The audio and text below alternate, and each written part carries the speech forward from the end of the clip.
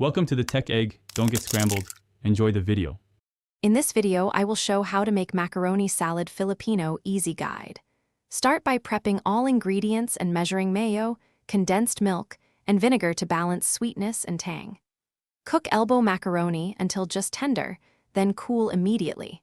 Mix gently to avoid crushing the pasta, and chill the salad for at least 1 hour before serving for best texture. Gather ingredients before you start to keep the process smooth and mess-free. Measure mayo, condensed milk, and vinegar so the balance of sweet and tang stays consistent. Chop ham and vegetables into small, uniform pieces for even distribution. Cook and cool pasta ahead of time to speed assembly, then combine gently so the salad stays creamy without becoming mushy.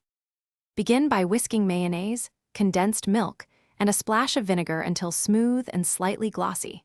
Fold the dressing into the cooled pasta along with diced ham, carrots, and peas, taking care not to break the macaroni. Taste and adjust seasoning with salt or more vinegar if needed. Cover the bowl and refrigerate so flavors meld and the salad firms up for the best serving temperature. Thanks for watching. Consider subscribing if I helped unscramble your problems.